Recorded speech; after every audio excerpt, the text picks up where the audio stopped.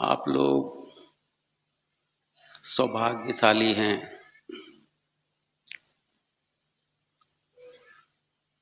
मैं आपको सौभाग्यशाली इसलिए कह रहा हूँ क्योंकि आपने जो अब तक जाना है, चाहे वो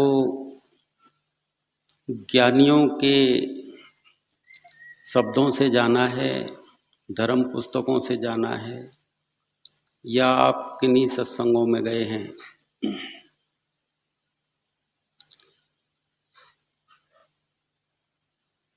वो जानना आपको पूरा नहीं करता है। आपकी जो अधूरी स्थिति है वो ज्यों की त्यों बनी रहती है। कुछ भी आप जान लें इस संसार का, एक अधूरी स्थिति है आपके अंदर, एक अधूरापन है, एक खालीपन है, वो कभी भी भरता नहीं है। चाहे आप किसी भी सत्संग में चले जाएं, मंदिरों में चले जाएं, व्रत करें, पूजा करें, पाठ करें, शास्त्रों को पढ़ें, हमेशा सदैव एक स्थिति है खालीपन की, अधूरेपन की। वो खालीपन भर जाना चाहता है आपके अंदर। आपको कोई ऐसी चीज है जो हमेशा बोध कराती है कि मुझे कुछ और लेना है, मुझे कुछ और पाना है, मुझे कुछ और करना है इस दुनिया में। क्यों आया हूं मैं? अब आपको ये पता नहीं चलता कि वो ऐसी कौन सी चीज है जो आपको भूख लगाती है उस अधूरेपन को भरने की। आप क्या सोचते हैं? आप जो सत्संगों में जाते हैं आप वैसे ही चले जाते हैं। आपको आपकी भूख ले जाती है, आपको आपके अधूरेपन का जो बोध है वो ले जाता है। जैसे आपको भूख लगती है तो आप भोजन की तलाश करते हैं पेट भरने के लिए। यदि आपको भूख नहीं लगे तो आप भोजन की तलाश क्यों करेंगे? आपको प्यास नहीं लगे तो आप पानी क्यों पिएंगे? प्यास ले जाती है आपको पानी तक और भूख ले जाती है आपको रोटी तक, तब आप खाते हैं, तब आप पीते हैं। ऐसे ही आपके प्राणों की भी एक प्यास है। वो प्यास ये नहीं बताती आपको कि किस चीज की लगती है, नहीं। रोटी की भूख आपको कहती नहीं है कान में कि मुझे रोटी दोगे तब मैं मिटूंगी। पानी की प्यास आपके कान में आके ये नहीं कहती कि पानी मिलेगा जब मैं बुझूंगी। ऐसे ही आपके अंदर के अधूरेपन की भी एक मांग है। आपके अंदर कोई ऐसी चीज है जो आपके कान में तो कहती नहीं है कि मैं इस चीज से मिटूंगी, लेकिन आपको दौड़ाए रखती है। अब वो पता ही नहीं आप मंदिर में क्यों जा रहे हैं, आपको पता ही नहीं आप सत्संगों में क्यों जा रहे हैं, आपको पता ही नहीं आप तीर्थों में क्यों जा रहे हैं, क्यों व्रत कर रहे हैं, क्यों पूजा कर रहे हैं, लेकिन करते चले जा रहे हैं। अंदर की चीज जो है वो आपको दौड़ा रही है। जैसे धन की दौड़ आपको धन प्राप्त करने के उपाय सुझाती रहती है और दौड़ लगवाती रहती है, इसी तरह से अंदर की प्यास है वो आपको दौड़ा रही है। क्या लेना है कोई पता नहीं है,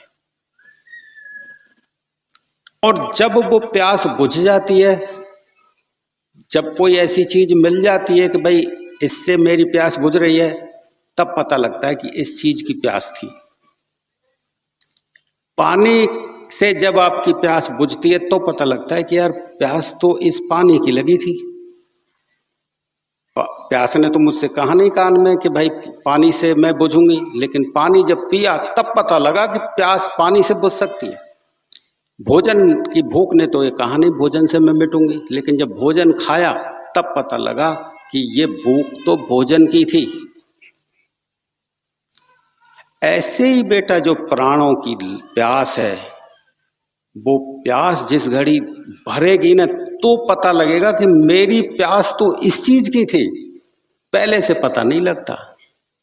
पहले तो आपको दौड़ना ही पड़ेगा, पहले तो आपको जाना ही पड़ेगा। और जब आपको ऐसा लगेगा कि सब व्यर्थ है, यहां से तो मेरी प्यास बुझ ही नहीं रही, तो वो चीज अपने आप छूट जाएगी। आपको जब ऐसा लगेगा कि मैं बार बार मंदिर जाता हूं, बार बार पूजा करता हूं, पाठ करता हूं, लेकिन मेरी वही तनाव, वही टेंशन, वो प्यास तो बुझ नहीं रही। तो एक बोध पैदा होगा कि असली प्यास किस चीज से बुझेगी, मैं किस तरफ जाऊं, तो वो प्यास आपको दौड़ाएगी।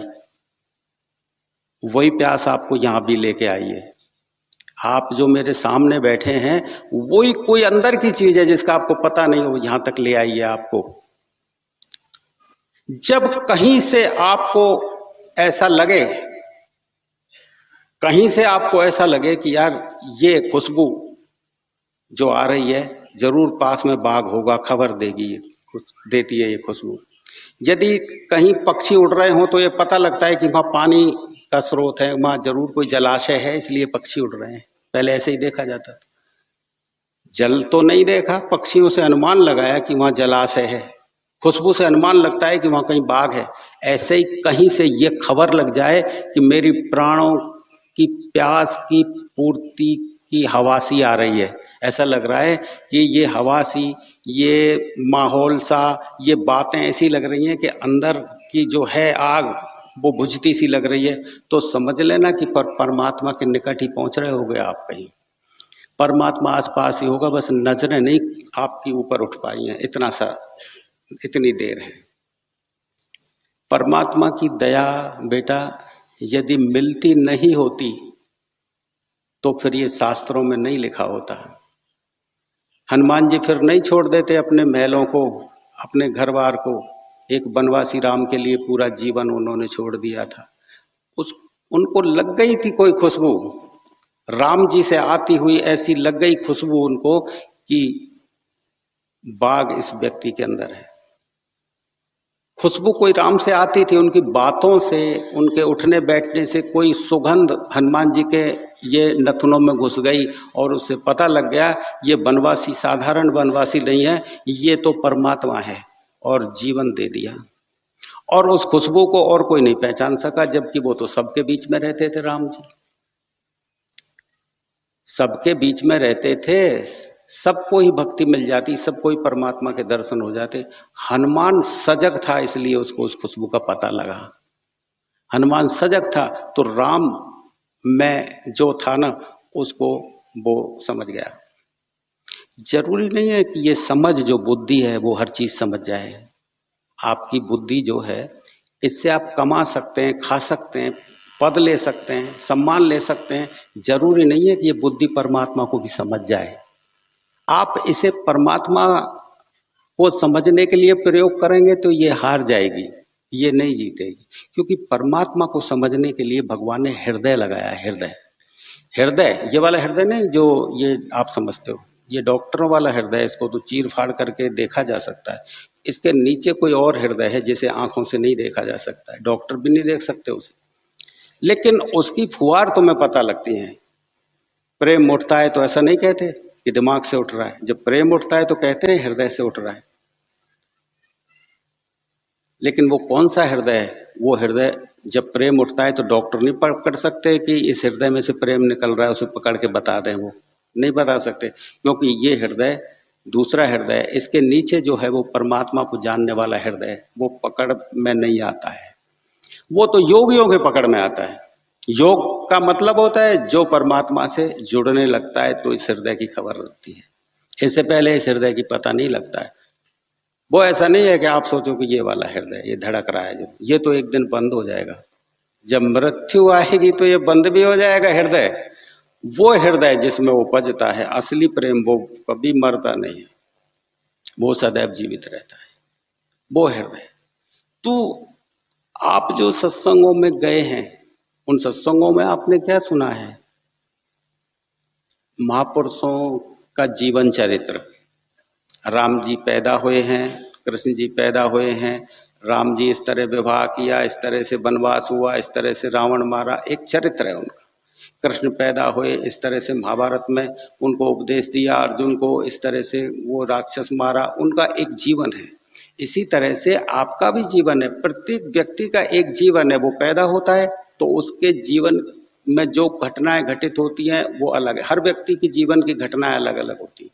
इसी तरह से राम के जीवन की घटनाएं रही हैं, इसी तरह से कृष्ण के जीवन, सब महापुरुषों की ऐसी घटना रही है जैसे आपकी।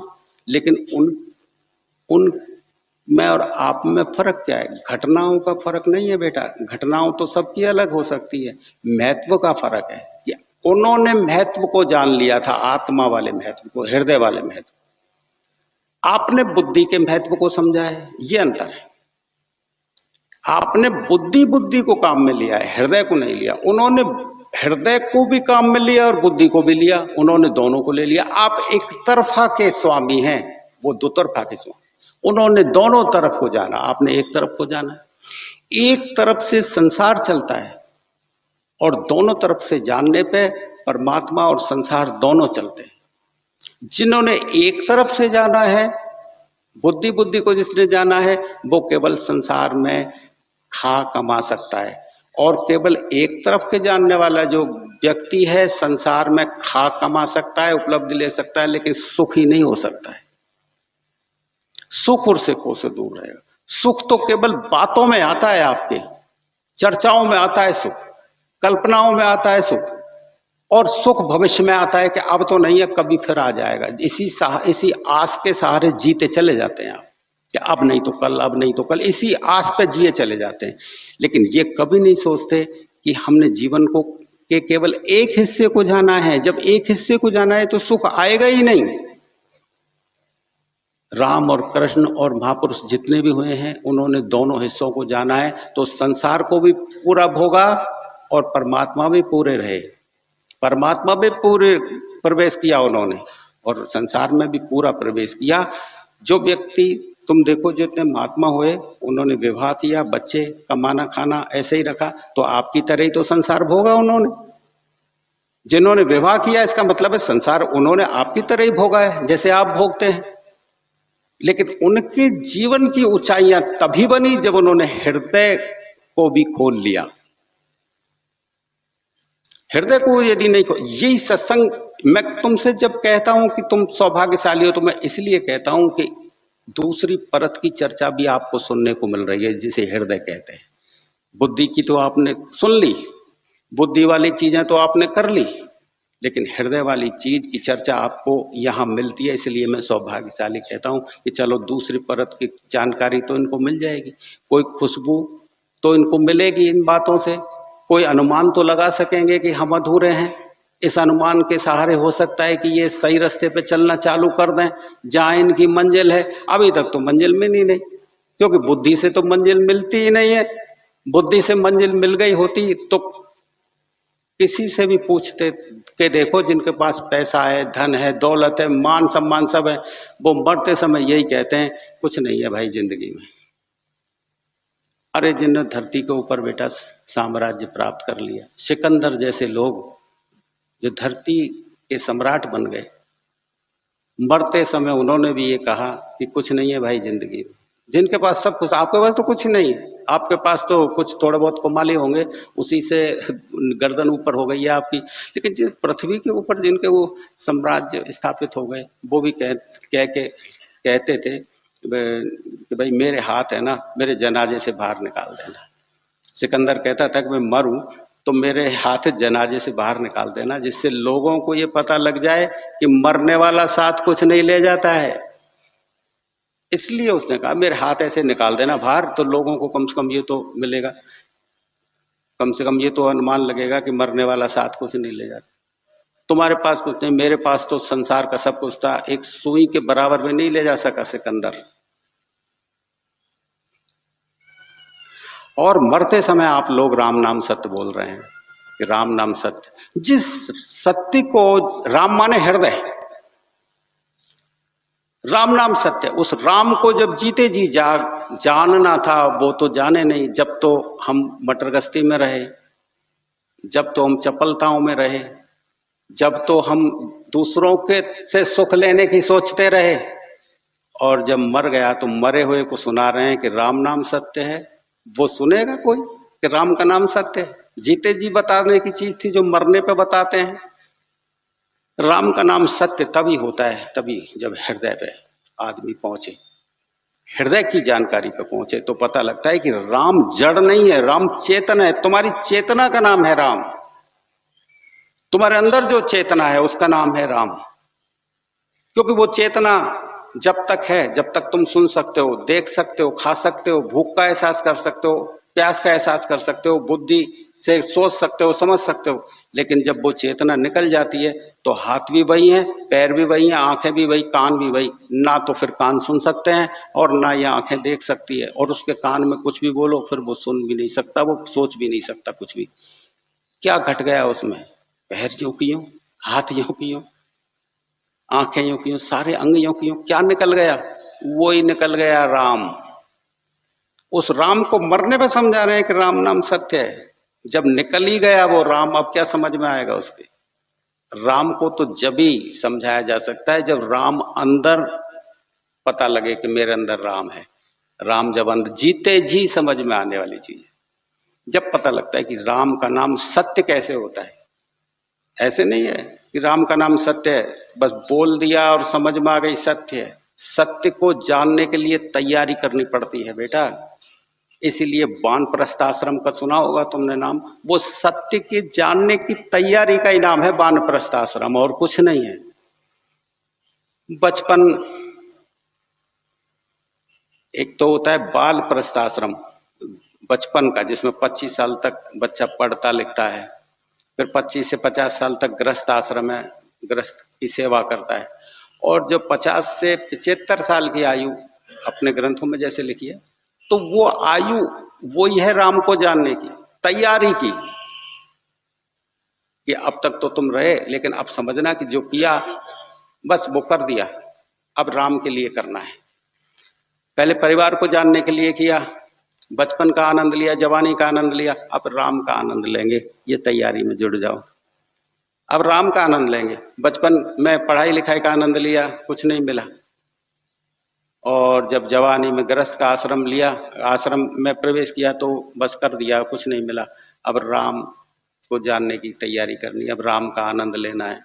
तो जब राम के आनंद लेने का समय आता है, उस समय तो आप लाड़ लड़ाने में लगते हैं। जो सीखा है उसे ज्यादा से करने की कोशिश करते हैं। तो जीवन में जो चेतना है, उसे जो जान जाता है, वो समझता है राम नाम सत्य है। मैं बापुर बूढ़न डरा, रहो किनारे बैठ, रही किनारे बैठ। कि तुम डूबने से ही डर जाओ तो किनारे पे ही बैठे रह सकते हो, फिर नहीं जान पाओ। और डूबने से डरते क्यों? क्योंकि तुम्हें वो चीजें रास आ गई हैं, वो चीजें आदत पड़ गई हैं जिनमें कुछ नहीं मिलता है। कुछ मिलने वाली चीजों पे भरोसा ही नहीं होता। ऐसे लगता है, कोई कहे कि भाई परमात्मा मिलता है, तो आप क्या जवाब देंगे? किसी को मिला है क्या? लेकिन आपको ये पता नहीं जिसको मिल जाता है वो कह सकता है क्या? आप किसी चीज को खाते हैं तो आप बता दीजिए स्वाद कैसा है, बोलो। कोई मीठी चीज खा के मीठा बता सकते हैं, मीठा बताने पे स्वाद नहीं बताने में आया है, ये ध्यान कर लेना बात। स्वाद तो तभी पता लगता है जब वो उसको भी खिला दो तुम, इससे पहले स्वाद पता नहीं लगेगा। कि उस व्यक्ति को भी तुम उस चीज को खिलाओगे तो स्वाद का पता लगेगा।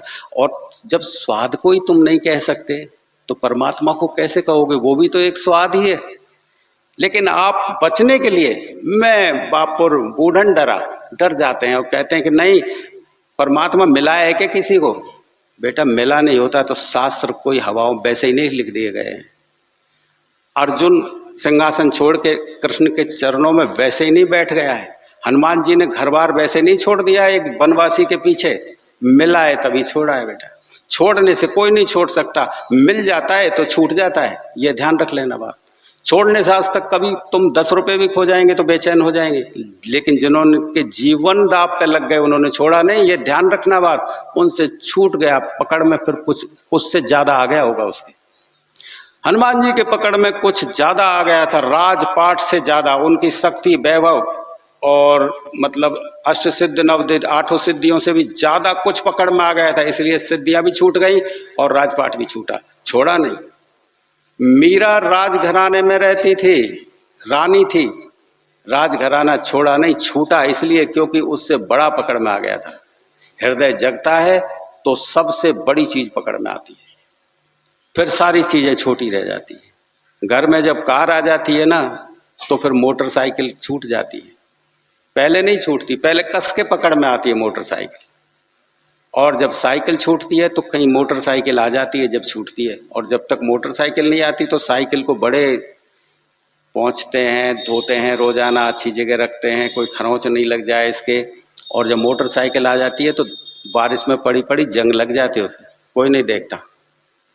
तो जब बड़ी चीज पकड़ में आती है तो छोटी सहज छूटती है, वो छोड़नी नहीं पड़ती है, त्याग करना नहीं पड़ता है, त्याग होता है, ये ध्यान रखना बात। जो त्याग करते हैं वो त्याग करने के बाद भी उन वस्तुओं की पकड़ में होते हैं, विचारों में उनकी पकड़ कायम रहती है। लेकिन जिन लोगों के हृदय जग गए और हृदय का जो वैभव पकड़ में आ गया तो मस्तिष्क की चीजें सहज छूट जाती हैं, उसे त्याग कहते हैं। मस्तिष्क की चीजें छूटने लगती हैं, ऐसे नहीं छूटती, तुम छूटते हो, छोड़ना चाहते हो। तो वानप्रस्थ आश्रम में जो हृदय की फुहार समझ में आने लगती है तो एक तरह से सन्यास की तैयारी हो जाती है। जब 25 वर्ष बाद जब सन्यासी बनता है व्यक्ति, पहले 25-25 वर्ष के ये टुकड़े कर दिए थे जीवन के, तो उस समय पूरा सन्यासी हुआ करता था, अधूरा नहीं होता था।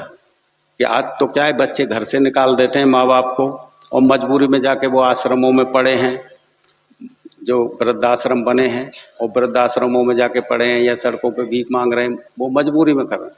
उस समय सहज होता था कि 25 साल जो है वो सन्यास के लिए होते थे, तो वो सन्यास पूरा सन्यास होता था। वानप्रस्थाश्रम में ही गुरु को खोज लिया जाता था, वानप्रस्थाश्रम में ही तैयारी हो जाती थी कि इस चीज का पता लग जाता था कि कुछ भी नहीं है इस संसार में, तो गुरु खोज लेते थे और उनको पूरी तरह से हृदय को बता देते थे और वो जग जाते थे, पूरे सन्यासी होते थे। तो ऐसे समय को सतयुग बोलते थे। सतयुग में सत्य को जानने वाले लोग हुआ करते थे, सब लोग सत्य के सहारे ही बचपन गुजारते थे, सत्य के सहारे ही जवानी गुजारते थे, गृहस्थ को गुजारते थे, वानप्रस्थ को गुजारते थे, और सन्यास के समय पे पूरे सन्यासी होते थे। तो पूरा जीवन जो होता था एक आदर्श जीवन होता था, जीवन जीने लायक होता था, उसे सतयुग कहते थे। तो ऐसा नहीं है कि ये आप जो बैठे हो और आपके हृदय जग रहे हैं और आप जो जानकारी कर रहे हैं, ये सतयुग की ही तैयारी है। एक समय आएगा जब ज्यादा लोग इस सत्य को जानने वाले होंगे इस धरती के ऊपर, और फिर से महकेगी ये धरती। तो समय हर चीज का होता है, क्योंकि बुरे का भी समय होता है, वो भी आता है, और जब बुरा थक जाता है तो फिर अच्छे को अवसर मिल जाता है। तो ये उसी की तैयारी है। ये छोटा ऐसा नहीं है कि ये छोटा काम है, ये बहुत बड़ा काम हो रहा है ये।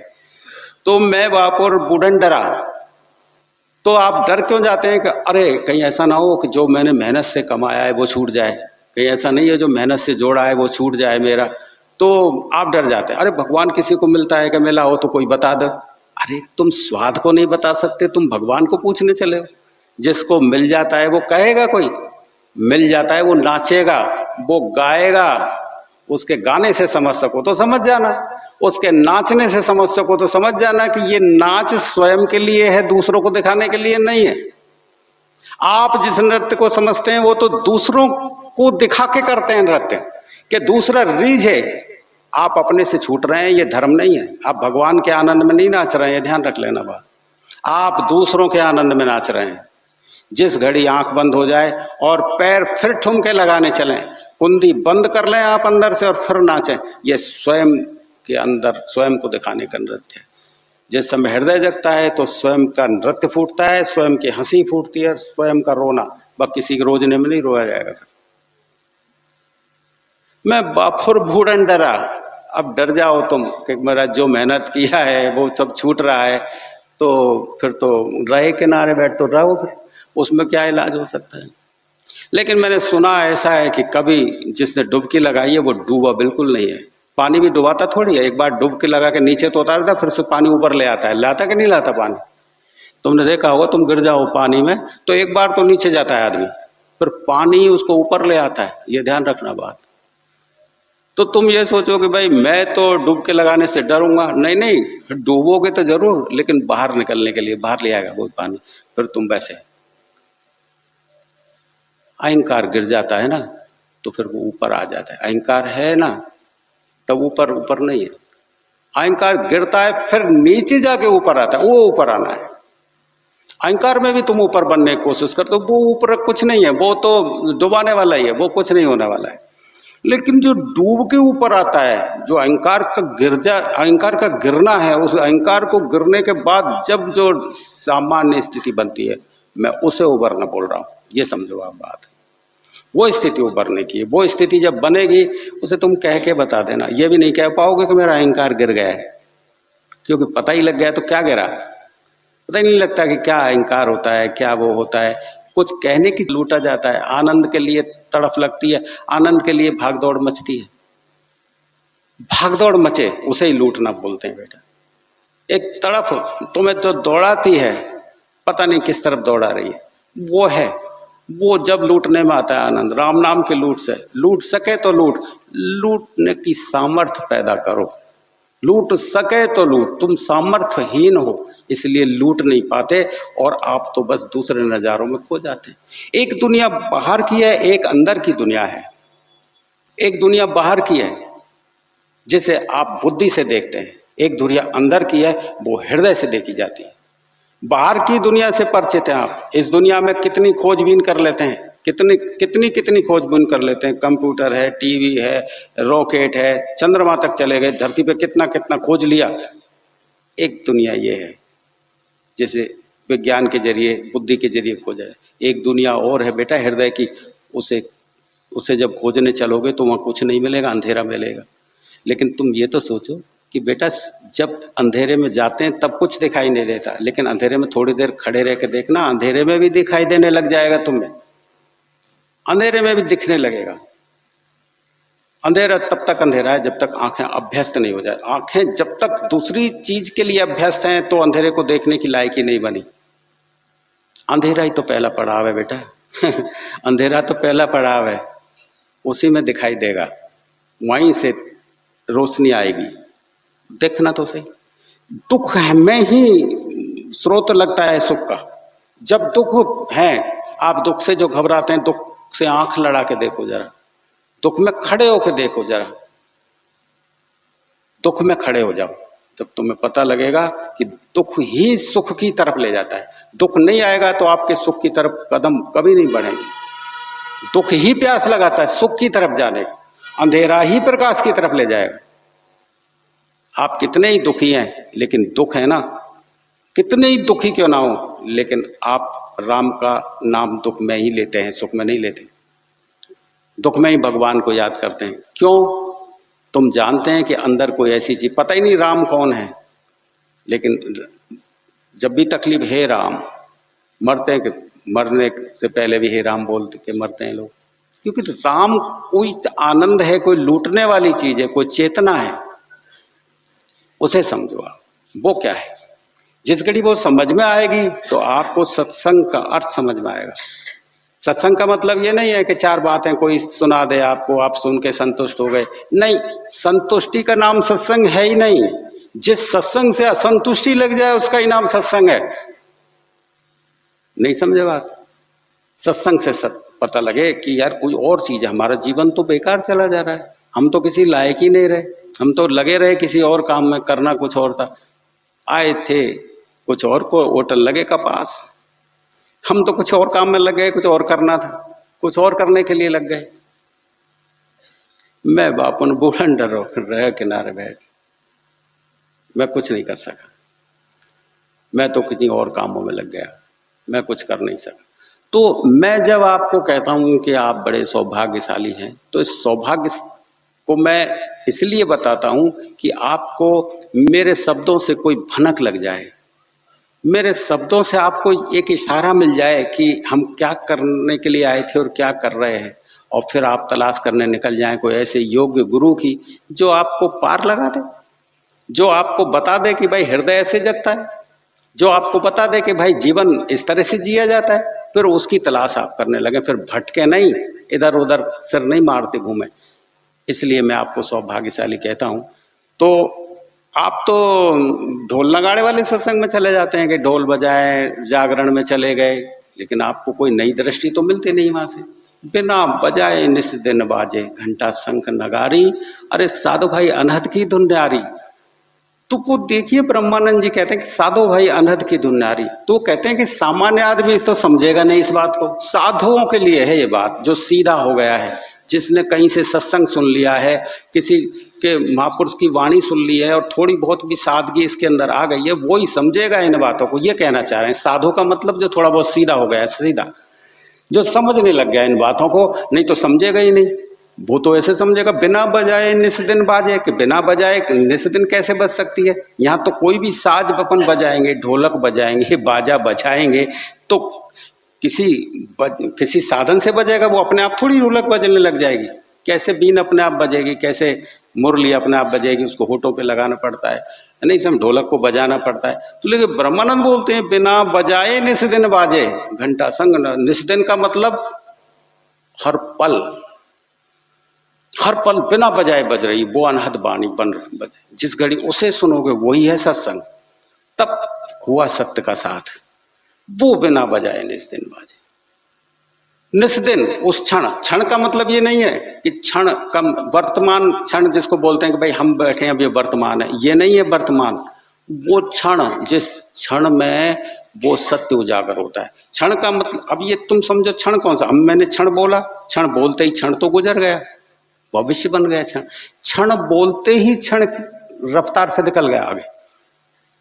क्षण बोलते कहते ना इस क्षण में जियो, कौन से क्षण में जिए, क्षण बोलते ही तो क्षण निकल जाता है आगे। तो क्षण कब आएगा? क्षण का कितना ही बड़े से बड़ा टुकड़ा कर लो तो भी उसको बोलने में नहीं आए तो भी वो गुजर जाएगा। तो क्षण, किस क्षण की बात करते हैं महात्मा, किस क्षण की बात करते हैं?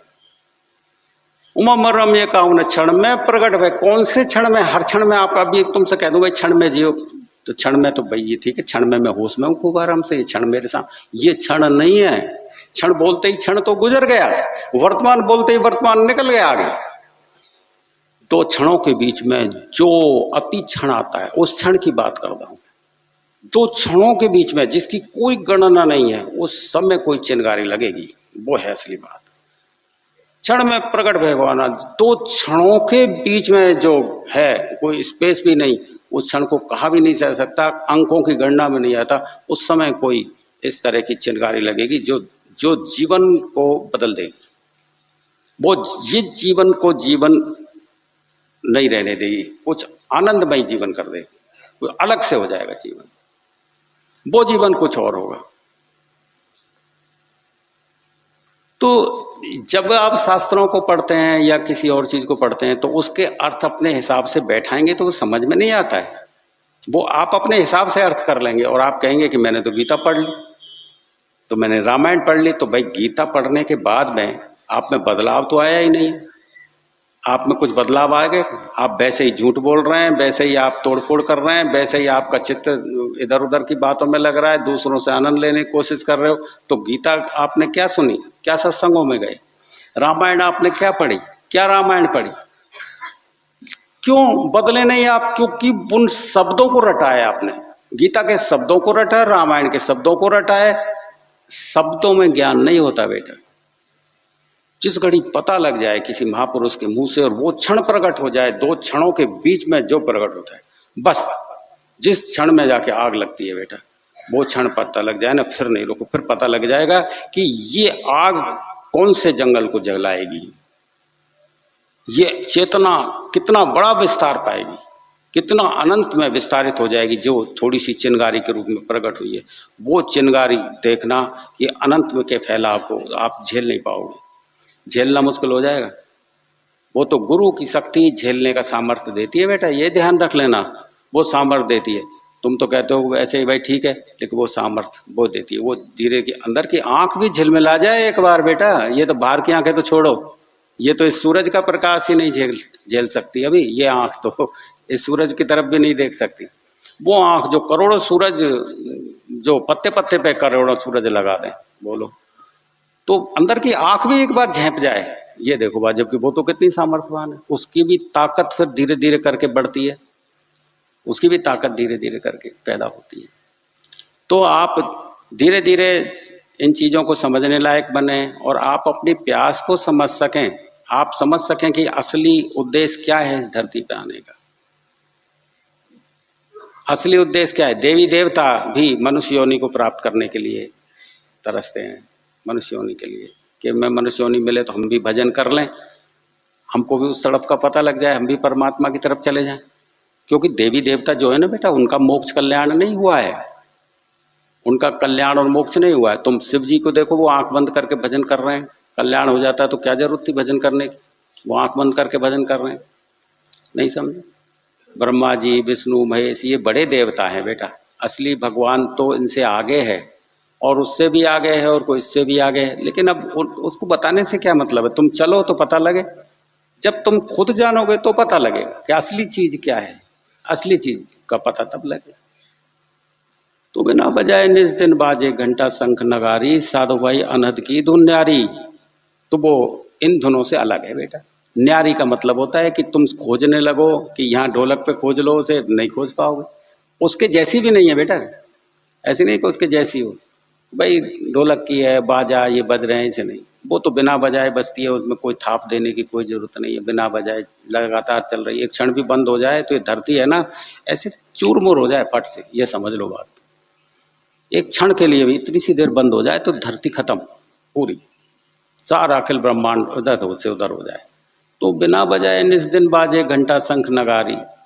साधु भाई, तो भैया जो साधु स्तर के लोग हैं, जिन्होंने सत्संग सुन लिया है, जो किसी महात्मा के पास बैठ गए हैं, वो ही समझ पाएंगे इस बात को। इसलिए ब्रह्मानंद बोलते थे कि देखो, उन्होंने ये नहीं कहते थे ब्रह्मानंद, साधु भाई, साधु भाई का मतलब है सामान्य आदमी नहीं समझेगा, साधु स्थिति का व्यक्ति ही समझ पाएगा इस बात को कि वो अनहद क्या है, वो समझे। तो सत्संग सुनने से आप साधु बन, साधु मान लें कि आपकी जो व्यर्थ की तरफ भाग दौड़ है वो घटने लगती है, अपनी तरफ मुड़ने लगते हो, अपनी तरफ मुड़े और सादगी आई, सादगी आई, साधु बने आप, पर बातें समझ में सीधे सीधे आने लगती है। फिर तुम्हारा स्तर नीचे वाला नहीं रहता, ऊपर उड़ने लगता है स्तर, और जब स्तर ऊपर होने लगता है तो बातें साफ सुथरी समझ में आती है। अभी हम ऐसी जगह रहते हैं जब सब धुंधला है, सब धुंधला है, बातें सीधी सीधी समझ में नहीं आती हमें। तो अभी जैसे भजन में था ना कि मतलब जो है ये गुरु नानक महाज्ञानी जिन्होंने गौर कर देखा जगत धोखे की गुड़िया है। धोखा का मतलब क्या होता है, जो लगे तो विश्वसनीय है, लगे तो असली जैसी, विश्वास लगे लेकिन फिर वहां से धोखा मिल जाए। विश्वास करें लेकिन फिर धोखा मिले, हमें लगे ये असली है लेकिन फिर बाद में जाके पास में जाए तो लगे नकली है। इसी को तो माया बोलते हैं बेटा। माया का मतलब क्या है, आप माया का मतलब समझते हैं पैसे देने से, इससे ज्यादा आपके बुद्धि काम नहीं करती। माया का मतलब हर चीज से है जिसकी पकड़ में आप आ जाते हैं। लगे तो वो असली जैसी लगती है तो आप उसके नजदीक चले जाते हैं और आपका मोह हो जाता है और आप उसको पकड़ लेते हैं। लेकिन देखते हैं धीरे धीरे करके वो चीज आपको धोखा दे रही है, वो छूटती चली जा रही है आपके हाथ से। जब धोखे मिलते हैं, जब रोते हैं, हमें तो ऐसा पता ही नहीं था कि ऐसा हो जाएगा। अरे भाई पता क्यों नहीं था, संसार का नियम ही ऐसा है, धोखा। जगत धोखे की पुड़िया है, महात्मा बोलते हैं जगत तो धोखे की पुड़िया है। कहाँ विश्वास कर रहे हो यहाँ एक ना एक दिन तुम्हें धक्के मार दिए जाएंगे, हर चीज धोखा देगी, क्योंकि मृत्यु तो सब खत्म कर देती है। आप तो इसलिए जोड़ते हैं, आप तो इसलिए अपने पास में करते हैं कि भाई ये कभी छूटेगा ही नहीं हमसे। आप इसलिए रिश्तों को, नातों को, ये तेरे मात पिता भाई, वो कह रहे हैं ये तेरे मात पिता भाई, ये सब जगत धोखे की पुड़िया है। क्योंकि कितना कस के पकड़ोगे, जितना कस के पकड़ोगे एक दिन पता लगेगा वो छोड़ रहे हैं, धीरे धीरे चल रहे हैं। इस सत्य को जिसने समझ लिया उसने हृदय को जगा लिया। हृदय जगा, ये सत्य समझ में आता है कि धीरे धीरे करके सने सने करके सारी चीजें छूट रही हैं। फिर आप छूटने वाली चीज को क्यों पकड़ेंगे जब पता लग गया।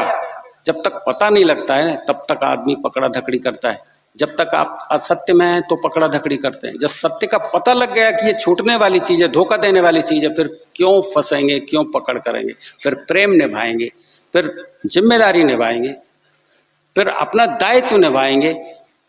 यह है तो पकड़ कब छूटेगी, जब आपको सत्य समझ में आएगा। जगत धोखे की पुड़िया है। ये धोखा समझ में कब आता है, जब आप अपने हृदय के करीब आते हैं। सत्य समझ में आया, जब आपको समझ में आ गया सत्य, फिर कैसे, फिर ठोकर क्यों खाओगे, फिर क्यों गड्ढे में गिरोगे। बोलो, गड्ढे में आप तक आदमी जब ही गिरता है जब सत्य समझ में नहीं आया। फिर धोखे खाएगा, फिर रोएगा, चिल्लाएगा, मुझे ये धोखा मिला, इसने मेरे साथ ऐसा कर दिया, इसने मेरे साथ, मुझे तो ऐसा पता नहीं था, मैंने तो बड़ा विश्वास किया था। तो फिर सत्संग में नहीं गए आप। सत्संग में चले जाते तो वो तो पहले ही कह देते जगत धोखे की पुड़िया है, हर चीज से धोखा मिलेगा भैया, सावधान पहले से ही रहना। इसलिए तुम अपना कर्तव्य निभाना, अपनी जिम्मेदारी निभाना और प्रेम सबसे करना। मोह में मत पड़ना।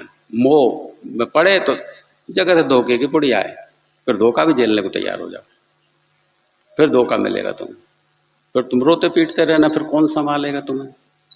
तो सबसे बड़ी बात है बेटा हृदय का जागरण। जिस घड़ी ये समझ में आता है सब समझ में आ गया।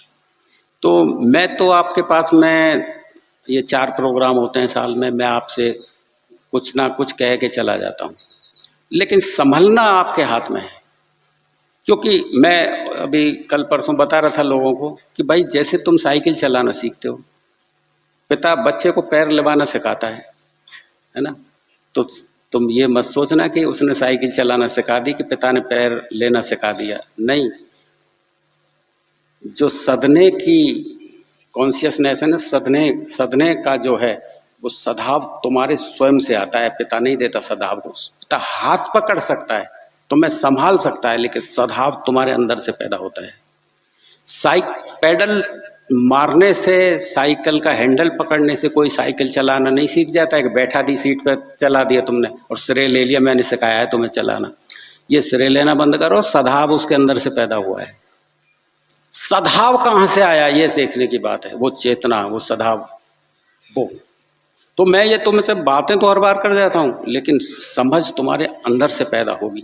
भागदौड़ आग अंदर से लगेगी तुम्हारे, फिर उस आग के साथ चलना, उस सड़क के साथ चलना, उसको मत दबा देना बेटा। बीज पैदा हो जाए तो फिर धरती में दबा देना, अंकुरित होगा वो बीज और वृक्ष बन जाएगा। और यदि तुमने बीज को बाहर रख दिया और मसल दिया तो फिर समझ लेना वो तो सड़ेगा, वो गया बीज काम से। तो आपके अंदर की जो तड़प है, आपके अंदर का जो प्रेम है, वो आप अपने आप सद्भाव पैदा होगा, उसको होने देना, उसको दबाना मत। फिर ये मत कहना कि भाई कहाँ परमात्मा परमात्मा है, कुछ लेना देना नहीं, किसी को मिला है कि भगवान। ये बकवासबाजी छोड़ना, स्वाद को बता नहीं सकते, परमात्मा की बुद्धि से जानने लगे।